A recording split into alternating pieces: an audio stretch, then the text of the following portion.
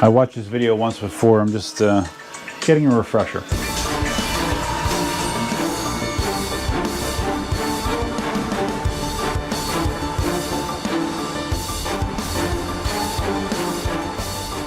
Hey, how you doing? Duff here. I'm in the hobby room. It's been a very rainy weekend. I have not had an opportunity to get out and ride.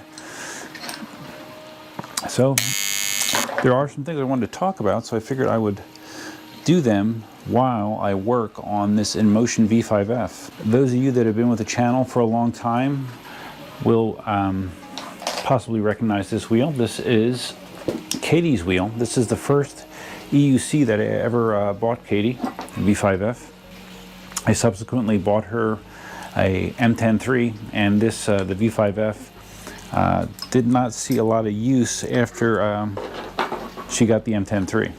Although she does love this wheel, but it has been sitting mostly unused for a while, and as a side effect of that, the battery has died. It has not been charged regularly, so the battery has died. So I did a little research online to see what's required to replace it, and I think it's something that I can reasonably handle. And if you didn't notice, I got a new wireless go, and unfortunately with the new wireless go, this freaking dead cat, it does not want to stay on at all. It just keeps popping off. It's driving me crazy. So let me try to fix that. All right, so let's see if that's any better. Okay, so I'm not making this a okay. I'm not making this a teardown video about the V5F because it's a V5F. I mean, I don't even know if they still make this wheel, and if they do, it's not being sold in large numbers. I think the V8 kind of. Well, this is a 14-inch wheel, so I don't know. Maybe they do. Maybe I'm speaking out of turn. I'm not quite sure. But anyways, it's been a real good wheel for Katie. So I'm just hoping that I can resuscitate it with a new battery pack. I was able to source a new battery pack from Jason at eWheels. He still had some in stock, believe it or not. Yeah, believe it or not. EUC parts in stock. What a novel concept that is. So anyways, as I'm, oh wow, he's really stuck in here. As I'm going along here, we can talk about a number of different topics, because there's a lot of stuff going on. Biggest for me personally is I'm supposed to get my V12 tomorrow. Monday. That'd be exciting, right?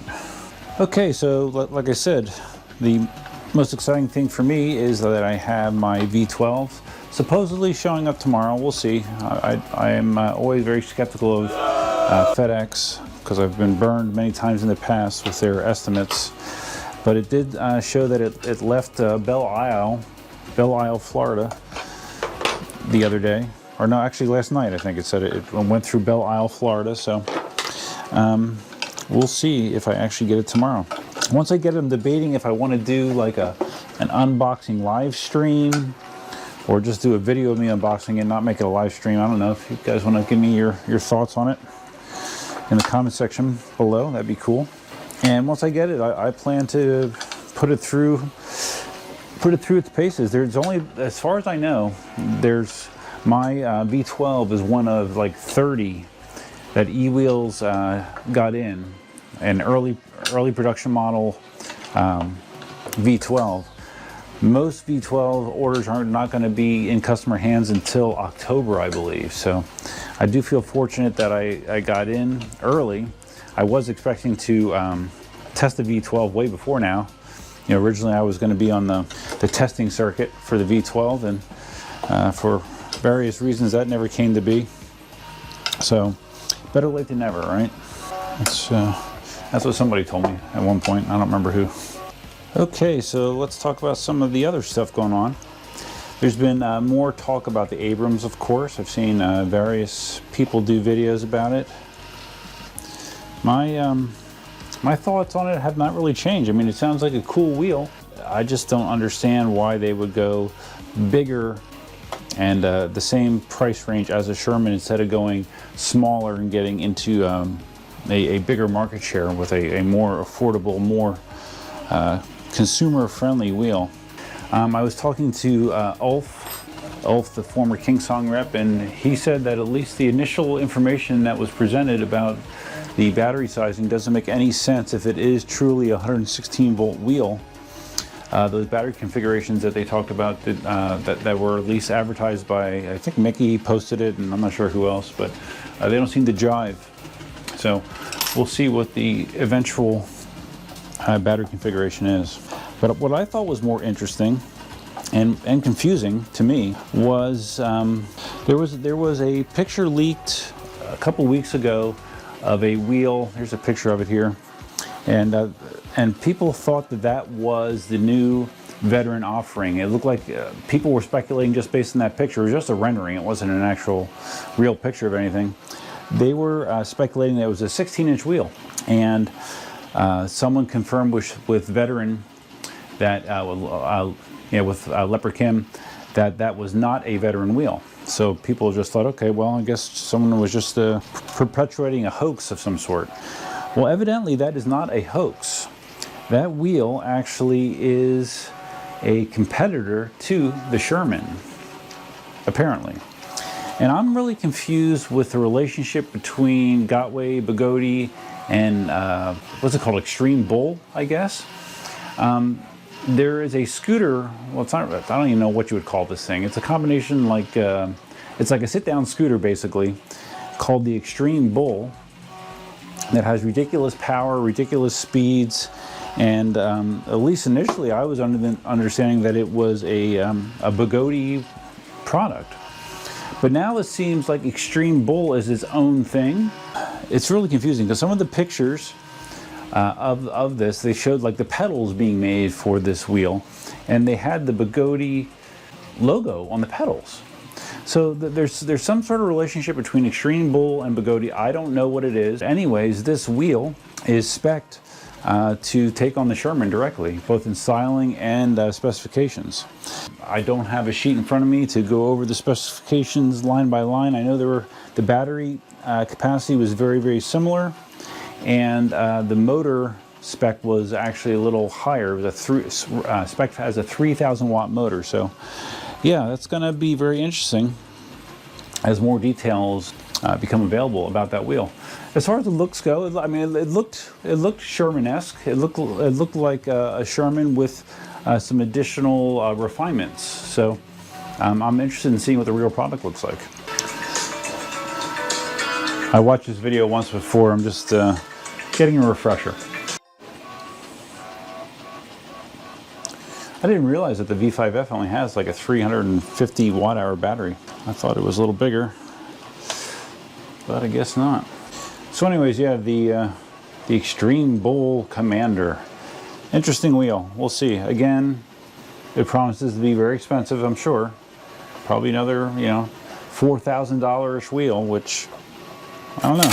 I think going down, going for a more mid-range wheel with similar build characteristics would be a better tactic, but it's not my company, so we'll see what happens with Extreme Bull. And if someone does know the relationship between them and Gotway, feel free to educate me, because it's a head scratcher. I have the outer shell off the wheel, and this just gives you an idea of the build quality of Inmotion wheels. Got the outer shell off, and here we you have another full protective shell underneath that. So no doubt this is a well-built product, and I am still referring to the video as needed. Don't hate me for it.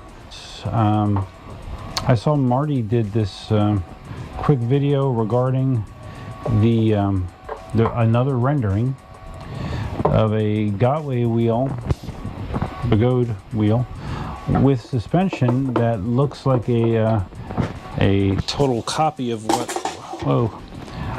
there's system board, okay, of what the S18 uses for suspension, with a hanger arm out the back end. And Marty also did get a little bit of footage of that wheel riding through puddles. It was very sparse, but I think intentionally so. But it seems like that may actually be a thing, which is kind of crazy, right? It may be a thing, a Begode wheel with suspension that takes cues from the S18. We shall see. And of course, we cannot leave KingSong out of the mix. KingSong announced an announcement. They're going to be debuting information about the new S20 wheel. August 26th, I think, 27th, 26th, something like that. And you know, the things that appear to be known, you would assume that it's a 20-inch wheel. You know, same size as the Sherman. No confirmation if it has suspension or not, but it is supposed to be a 100-volt wheel. And along with that higher voltage, there's an assumption that it's also going to have the largest battery pack ever in a KingSong wheel. And more than likely, it also will have the highest top speed of any KingSong wheel. So that's very exciting. You know, KingSong makes quality products. So we have a lot of good news on the way. You know, a lot of cool stuff should be happening. Look how thin the motor wires are on a V5F. Wow. Times have changed, right? Okay, it seems like seconds for you, but for me, hours have transpired. Katie came over with DJ, so we were having some pop-up and DJ fun for a little while, so I'm back at it here. Got the side covers off, and now I need to... I've been watching this video, like I mentioned, and I might have to pull the motor to be able to access the battery. That's kind of what it's looking like. So I just need to verify that by referring back to this video, but it's kind of what it's looking like. So I'll be back. Dunkin' Donuts. Still not sponsored. I'm trying to shortcut it. I did remove the pedal hanger screws there. I'm hoping. Okay, there we go. I'm trying to not have to remove everything. Let's see. We got wires for lights. Okay. Might have to remove those. It's not a big deal. And okay, yeah, I think I just can remove these LED wires here. I think that's all I'm gonna have to. Yeah, there we go. Nice. The battery. Oops. And some bolts. I present to you the battery of an Inmotion V5F. Not horrible to get to. Look how tiny that sucker is, huh? Not much to it. All right, let me get my new battery. 2 hours later. So now we're at the point of the project where I'm ready to replace the battery. Here's the old battery. And, oh, okay, there it is.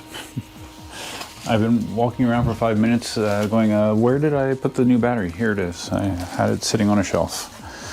So yeah, we're gonna swap it in.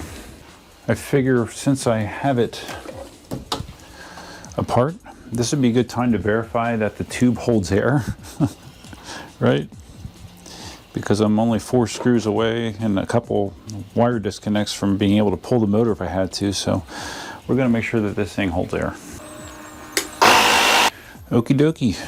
So now I just have to rely on my extremely solid memory to just reverse everything I did. I think we can handle it. All right, so I just reconnected the battery, and I just want to make sure that the wheel turns on. After doing so, I still have a whole bunch of stuff to put back together, but let's make sure stuff turns on. Wait, is that the... It's not turning on. Not the outcome that I was hoping for. I mean, this used battery does, or this replacement battery does have voltage, right? I hope. Maybe I'll hook it up to the charger to verify that we have voltage. Sounds like a good plan. Okay, the charger, the wheel comes to life when it's on the charger, but based on that, it makes me think that the battery is at a very low charge rate, or voltage. So I'm going to unplug the charger and continue, and assume that my issue is just because the battery is too low, and cross my fingers. Good news, I was able to just connect to the wheel while it's in the charger with the app. So that makes me think that the battery is not dead. This says 38% battery, so it should be enough to turn it on, right? So I'm just worried that I don't have the power switch hooked up right. So let me do some more digging. It does live. I just didn't press the button hard enough. There you go. Nice. All right, reassembly can continue. Making some slow and steady progress here. Putting the exterior shell back on. Had to go back and futz with things a couple times, like putting some of the trim pieces back on. They weren't snapping on right, and when I went back and looked again, there was like some little just little minor tweaks I had to do to get everything to fit together properly, but it's going well. Not bad. Never took a V5F apart before, but if you're ever tasked with a job, I don't think you have to be too terrified. It's not too bad. So let's see, is there anything else that I forgot about that's going on? It feels like it is, that there is something that I forgot to talk about. But if there is, you can remind me in the comments below. You might see me again this week doing something with the V12 when it arrives. I would definitely like to dig right into testing as soon as possible. I've been waiting for that wheel for a long time. So okay guys, I think it's going to wrap it up. If you found this video interesting, please give it a big thumbs up. If this is your first time visiting the channel, think about subscribing. And if you're going to subscribe, you can always hit the notify bell, which is over there. See, in the hobby room, is the notify bell at the same spot it normally is? I think so, yeah. I think it's over there. Feel free to leave your comments, suggestions, ideas, and thoughts below. If I didn't say that already, I might have. And hope you guys had a great weekend. Like I said, it's been a pretty blah weekend around here. Lots of rain, lots of standing water in the yard, which always makes me miserable. And, you know, I just don't have a very sunny outlook right now. But it happens, right? Life goes on. So, hope you guys had a great time. Because I know this is probably the highlight of your week, of your month, of your year even. I don't know, watching this, I mean, it's titillating stuff, right? So, that's it, guys. Duffman out.